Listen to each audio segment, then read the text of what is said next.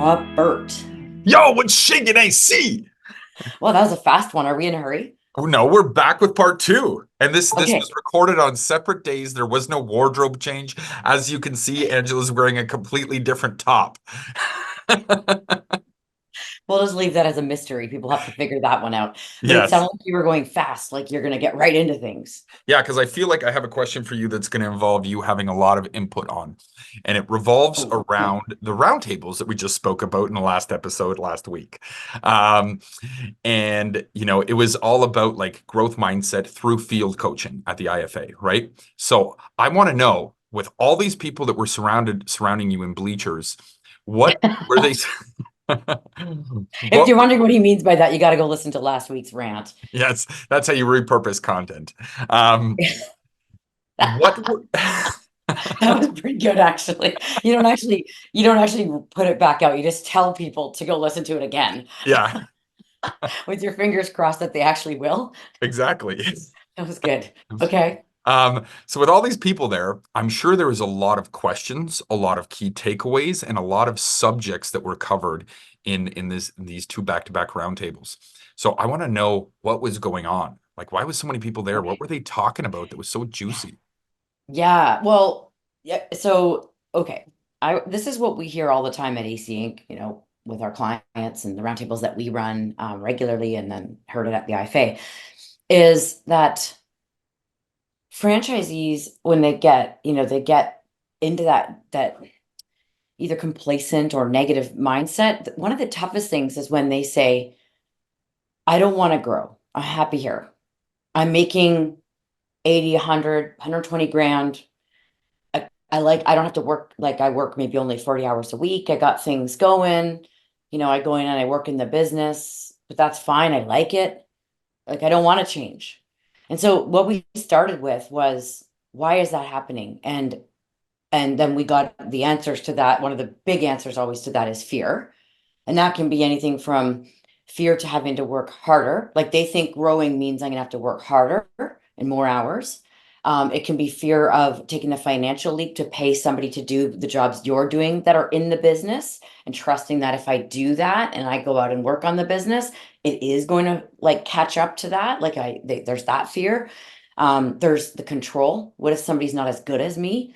And so we went through this. We brainstormed and had people sharing what they see as the reasons that franchisees get stuck in that not growth, that fixed mindset is what we call it, of course.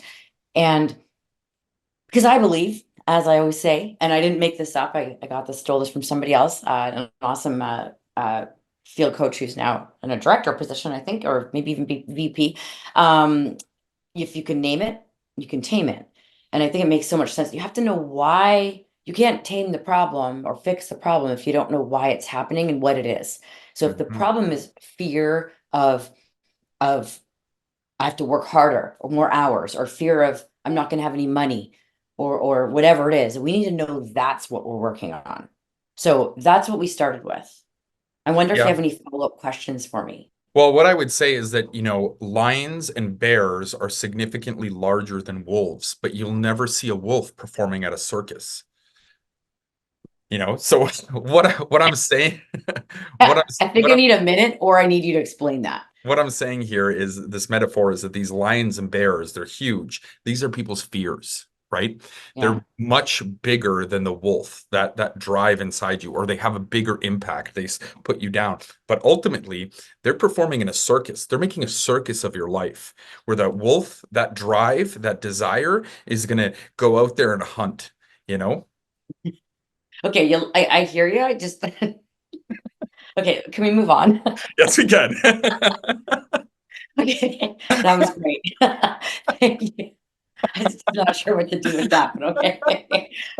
All right. So one thing I was going to say is that one of the big takeaways or things that came up, and I loved when it came up through other people because it's exactly what I agree with and would do, is you want to give them a visual of like what does it look like? Like I always also say another line I always say is a confused mind always says no. I also didn't make that up, but it makes so much sense. When you're confused or not clear, you don't take action often because you don't want to, your mind doesn't know like the unknown. It doesn't want to go to the unknown a lot of the time, right? Like it only wants to go what it's comfortable, what it knows, it's safer.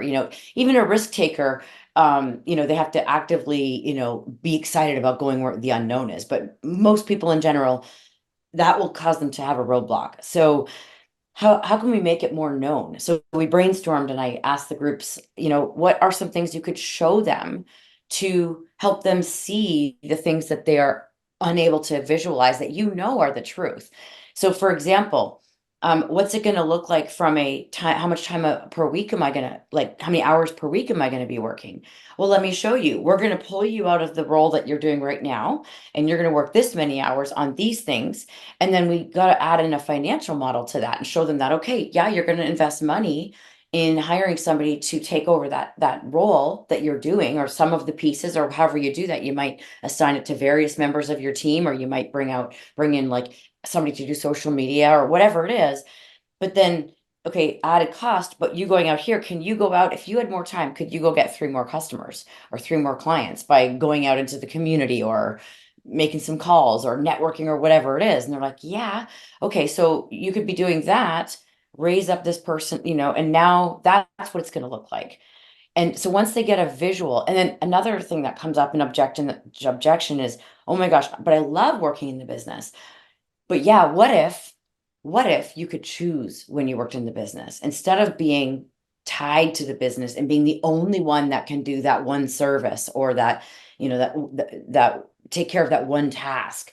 What if what if you weren't tied and you could choose to go in and do that? Helping them see that, here's how we're going to get you there, and you're going to have that option. So I'm just giving you a couple of things that we hear a lot. Or there's the controlling one.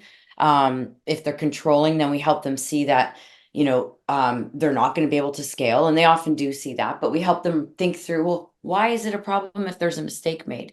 What would happen? How bad would that consequence be? Would it shut your business down? And they're like, actually, no, it would just, like, if there was a typo on something, was that the end of the world? Do you never make typos? Are you perfect? So these are things that came up. I see you're laughing at me, so it feels like I should maybe pause and catch a breath. No, I just laughing at myself with all my typos. Every time I misspell calories, it gets auto-corrected to McFlurry. Anyways, you're right that Okay. the business coach or the field coach needs to instill this in the franchisees. And help Uh, them see what to it looks like. Like, give them some clarity on whatever it is, that find out their fear, and then how can you help them get some clarity around that and yeah, what it, should yeah. be. And so when the business coach, instills this in the franchisees, that's operating under the assumption that the current environment at that franchise location is on par. But there actually could be problems, right? Like they could have poor staff, they could have, poor training, all that sort of stuff. So it like you got to also make sure that the culture there, whether it's a culture of grit and moxie or a culture of empathy or whatever exists, everyone has bought in, you have the right people in the right seats, and then that may alleviate some of the stress from the franchisee to getting away. They don't have to manage then. They can be leaders.